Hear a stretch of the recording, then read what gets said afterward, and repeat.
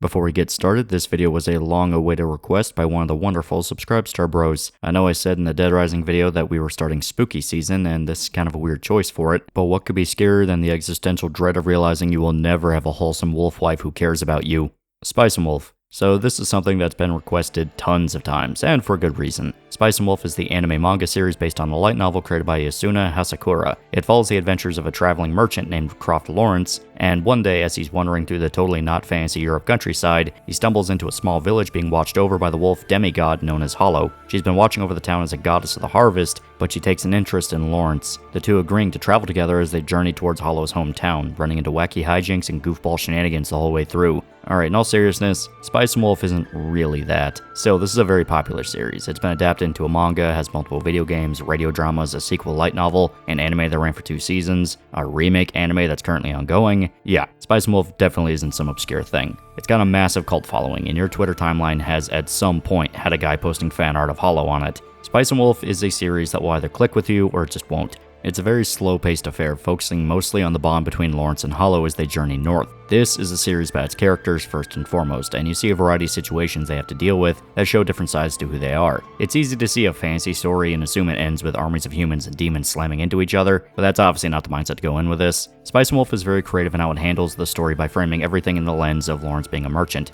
Every situation him and Hollow deal with involves business deals, scams, regions being destabilized, and a growing conflict between old-school pagan villages and the increasingly powerful church. A large part of Spice and Wolf is that the world around the characters is changing. It's a major motivator behind why Hollow wants to travel with Lawrence in the first place, to see how different things are compared to 600 years prior. The characters are just trying to keep their heads above water, just small players in a much larger world. It's an aspect that does play into the charm of the series, since it hits that wandering vignette vibe. Lawrence and Hollow run into other characters that are protagonists of their own stories, with their own circumstances and histories we just don't see. Lawrence and Hollow themselves are fun characters to watch as well. Lawrence himself is very stoic, keeping his cards close to his chest since it's just an instinct he has as an experienced merchant. He knows how to spot a good deal or when someone's giving him the runaround. Though he's not the best at it, he also has trouble connecting with people since he's spent so long on the road just going place to place. Lawrence is very human and he ends up leaning on Hollow to help him during more scrupulous situations. Hollow herself has a lot of layers as well. At first she seems like a very arrogant and sort of cheeky character, teasing Lawrence and showing him up in certain cases to prove herself as the Wise Wolf, a title she refers to herself as. And while she does help him out of serious jam more than once, that's not all that's to Hollow. Instead of just being a walking deus ex machina, she also has a lot of traits that humanize her as well. For one, you see that she's extremely lonely. She was watching over the village Lawrence found her in for a few centuries, but slowly was forsaken by the people, losing faith in her due to bad harvests only because the land needed a resting season on occasion to prevent it from going fallow, but nonetheless, they're slowly starting to not rely on her anymore. Technological progress means they don't have to. This is only made worse by the fact she can't get close to any one person. Due to her nature as a supernatural demigod, her lifespan is leagues beyond humans, probably even outright immortal unless killed. So anyone she knew or currently knows is doomed to die and be forgotten. This is something that genuinely bothers Hollow, though at first she tries to keep this side of herself away from Lawrence, disguising it with dark jokes or trying to pretend like she doesn't care. There's a lot of themes to Spice and Wolf. It's a genuinely well thought out story. You have the march of time changing the world, clashes between tradition and the newer form of organized religion, essentially paganism versus the Vatican, corruption in all its various forms, the price of immortality. Spice and Wolf covers a lot of ground. That's why I said certain parts of the series can feel almost like a collection of vignettes. You see the small story contain its own little bubble that says what it wants to say before moving on. Of course, the main focus is the bond between Lawrence and Hollow. Almost every story beat wraps around to this in some way.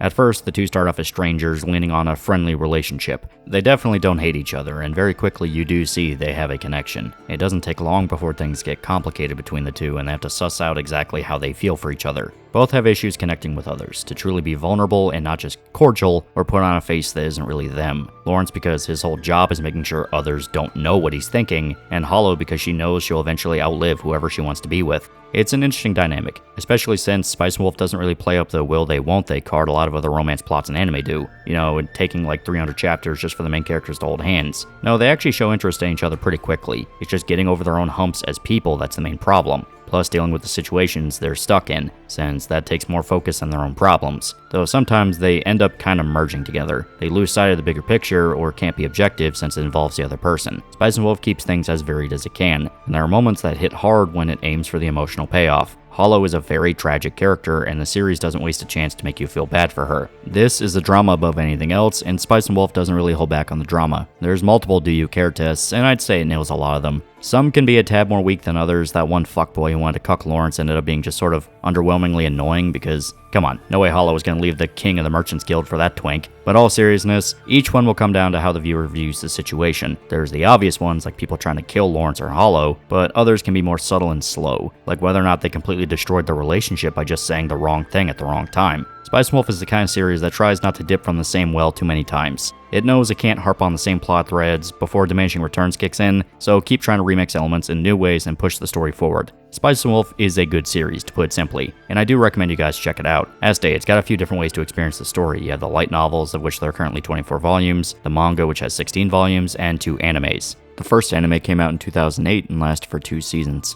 This is one a lot of people watched. I knew kids in high school who would talk your ear off about Spice and Wolf, trust me. So it's a pretty good introduction for people wanting to jump into things. Just be aware it changes some elements around, such as changing one character to a girl who was tutored by Lawrence when they're originally just a guy he was buddies with. This to make a certain plot element hit harder emotionally, but it's not what happened in canon. Also, Season 2 starts drifting into more of its own territory, not full-blown original ending tier like Claymore, but you'll feel how things have been kind of shifted around. Hell, apparently it even flat out skipped an entire book from the light novels. The remake anime seems to be directly addressing this issue, following the light novel material much closer. Right now, it's sort of split between fans on which road to go down. Some claim the original has a better art style and atmosphere, some like the remake following the source material. So it's a personal preference thing. Guess the best advice is to watch both, since both are good, just different vibes and intentions. It is an investment though, since the original is 24 episodes and 2 OVAs, and the remake is currently 25 episodes with more on the way. Spice and Wolf is a big investment. It's a large story, and you gotta dedicate to it if you want to get into it. And this is just the main series. There's now a sequel series to watch out for, one that's still currently ongoing as well. Regardless, you should give this a chance. It's a very engaging series and will easily warm up to you once you get started. Just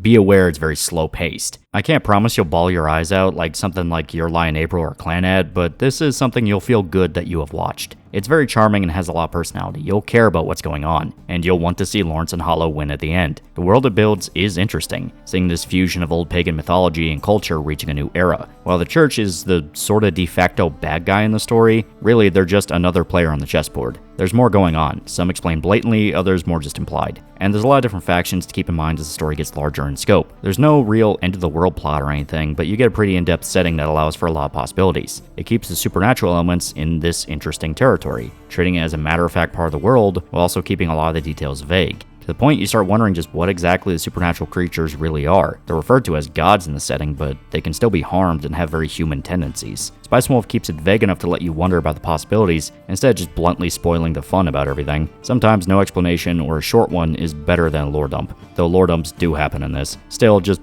go with it. The point isn't really the supernatural, it's just the spice that makes things interesting, to add to the drama instead of situations. Plus you get a cute wolf girl lady as the poster child of the series. Now, I mentioned some games exist for Spice and Wolf. Don't get too excited, they're not anything substantial. You're not about to stumble into Devil May Cry with wolf ears. Now, you have 2 DS games that are business simulators. First one is Spice and Wolf Hollows and My 1 Year Journey, which is kind of a weird mouthful. You play as Lawrence journeying around trying to gain information about Hollow's hometown while keeping your merchant business afloat. Sort of like Recettear, only you go from town to town instead of one dedicated shop. Along with this, you have events where you bond with Hollow, adding in some dating sim elements, taking stills from the anime for some of the art and cutscenes. I never played this, so I don't know how fun this is, but I guess if you're a fan of Recettear and Spice and Wolf, this could scratch your itch. The next game sort of serves as a next chapter instead of just being a direct sequel, Spice and Wolf: The Wind That Spans the Sea. The idea is that Lawrence and Hollow are journeying, and they end up running into a channel of water that blocks their progress, so they have to work with various characters in order to find a way around it. The major remix to this is the inclusion of new romance choices. That's right, you don't have to just romance Hollow in this. You can romance Nora the shepherd they do a deal with in the actual series, Eve the mysterious merchant that's hiding her past from Lawrence, or an original character made for the game named Luca. Now, if you romance anyone but Hollow, God's gonna come down from heaven to smack you since adultery is a sin, but you have the options. Don't take the wolf wife for granted. You fucks. In all seriousness, there are clearly some fan service games that allow you to play out scenes and events from the anime while having some different possibilities. You know, you get fleshed out routes for people that liked Eve or Nora, and, you know, you can kind of get your own little ending there. The original character is there if you want to try that, I guess. Still, this is clearly for big fans of Spice and Wolf. Once again, I never played these games. I don't even know if they're available outside of Japan, so I don't know how addicting the business sim side of things are. Could be fun to tinker around with and min-max as much profit as you can from each deal. Definitely intended for dudes who shoot for economic victories in Civ games. The only other two games left are the VR titles. While the DS games are more like visual novels mixed with business simulators, the VR games seem to be more like tech demos for the technology, both barely an hour long at that, since they're essentially interactive anime episodes. The first one being during the mainline series, while the sequel taking place after the ending, since Miori is a major character in this one. I can't spoil who she is, but take two guesses. Now, once again, this is barely above 30 minutes, so the fact they're charging $25 for each game is a little bit too much of an investment, and this is on top of needing a VR headset to get the full experience, so this is a tad too much for what you're getting. Guess if you're a big fan of Spice and Wolf and want to test out your headset, it could be a decent time killer, but at that point, just wait for a sale. It doesn't really seem worth it, personally. Now, obviously, it's pretty difficult to come up with a concept for a game for Spice and Wolf. It's a slow-paced character drama about selling grain, not exactly next Doom Eternal, so can't really blame the VR games for how they did things, mainly just gonna blame the price point. The business sim games seem kinda neat though. Regardless, I do want to talk about the actual anime of Spice and Wolf real quick. The main point of contention between fans with the remake and the original is atmosphere. Old fans say the atmosphere in the original is far better, even if the animation's a tad wonkier, and the new one's too sterilized and doesn't really give off that personality or vibe. Now, obviously, with a remake, things are going to be lost in the transition. I mean, anyone who's been paying attention to the Urusei Yatsura remake or the eventual Ranma 1/2 remake will probably be able to tell you all different things that have been cut from the original to the new one. And Spice and Wolf, especially being bounced around to a few different anime studios, will have all sorts of little details sift through and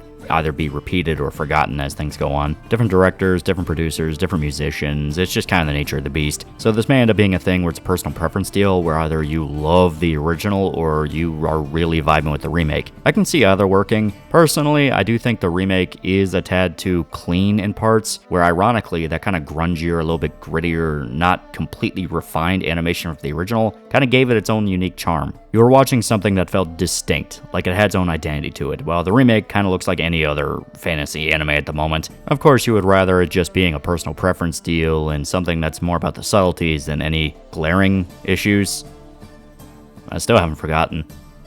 I'm never gonna forget. Still, that's why I say it's a good idea to at least check out a few episodes of either, so you can kind of get a feel of which one you prefer and maybe stick with that road if you like it. Just be aware if you watch the original, you're gonna have to go back and either read the light novel or the manga in order to pick up on stuff that was left out of the original anime or was changed. Just kind of a word of warning. I guarantee as the remake goes on, it's probably gonna have to do the exact same thing just due to time constraints or anything like that. It's just the nature of an adaptation. Regardless, that's all I can really say about Spice and Wolf. There's a lot I didn't cover because some of the reveals work best when you experience them blind. All I will say is that the tone can go from nice and chill to people dying before you realize it. Yeah, you won't see the gates of hell bust open, but it's not scared to kill people off, so be on your toes as you watch. There's a lot of Spice and Wolf, and there's a lot to Spice and Wolf. It's something that fans of the series will recommend wholeheartedly and are very enthusiastic when a new title is announced for the franchise. Hell, there's basically a whole generation that grew up with it, so no doubt this is something that's seen as almost like Cowboy Bebop or Ghost in the Shell was for our era. That thing you watched as a kid and just sort of always stuck in your brain. It's weird to say since it makes me feel like the guy from The Last Crusade, but it is true. But that's it for Spice and Wolf. I'll definitely recommend this. It's a good series with a lot of heart and charm to it. Also check out some of the author's other works. Billionaire Girl is a quick 3-volume manga about stock trading, and World End Economica is a visual novel also about stock trading. I was trying to think Asuna likes economic stuff. There's also Magdala de Nemore, I don't know if I said that right, I'm going to go with it, which so far doesn't seem to be about economics. It's another fantasy series revolving around an alchemist who befriends a cat girl. Unfortunately, this one ended early since it didn't do as well as Spice and Wolf, so there's only about 8 volumes or so to check out, but Asuna definitely juggles a lot of projects. Spice and Wolf is still technically ongoing, though it's side story since the main plot's finished around book 17, but you also have the sequel spin-off series, Wolf and Parchment, which is at 10 volumes and counting, and Asuna worked on a new VR game with Spicy Tales, the studio behind the Spice and Wolf games, Project Lux. It's a mystery game about solving a murder, so can't really go into a lot of details about that. All I'll say is the concept is really interesting, and hopefully, you'll get to do something even bigger. Also, the game is like $25, it's only about 90 minutes, so adjust expectations as such. It's exactly like the Spice and Wolf games. The studio really likes to take that shit for granted, I will say that. Still, it definitely seems like Asuna loves what he does, so can't condemn a guy having fun. And he has a talent for storytelling. Hopefully this video made you guys curious to check out Spice and Wolf. It's a good series that will stick with you. It's got memorable characters, a fleshed out world, and touches on some heartfelt themes with good payoffs to the drama. It doesn't insult your intelligence, it's just a good story. Plus, Hollow is cute. And do you know what else is a cute wolf god that will help you raise your profits and give you purpose in life? Gamer subs, use code TAL at checkout, 10% off your code, 10% off. That's like getting a good deal, it's pretty good, use the code. Use the code. Use the code or Hollow will be angry at you. Use the code. That's all I can say about Spice and Wolf. It's a bit of an investment, but investment is part of the story anyway, so it's fitting. Definitely check out the light novel and the manga as well. You won't regret it. It takes a lot of time, but it's still time you will enjoy spending. Also, we are now officially dipping into Spooky Month after this. Enjoy the good times while they're here, because after this, things are gonna get darker. Until next time, please remember to like, comment, and subscribe. See you guys.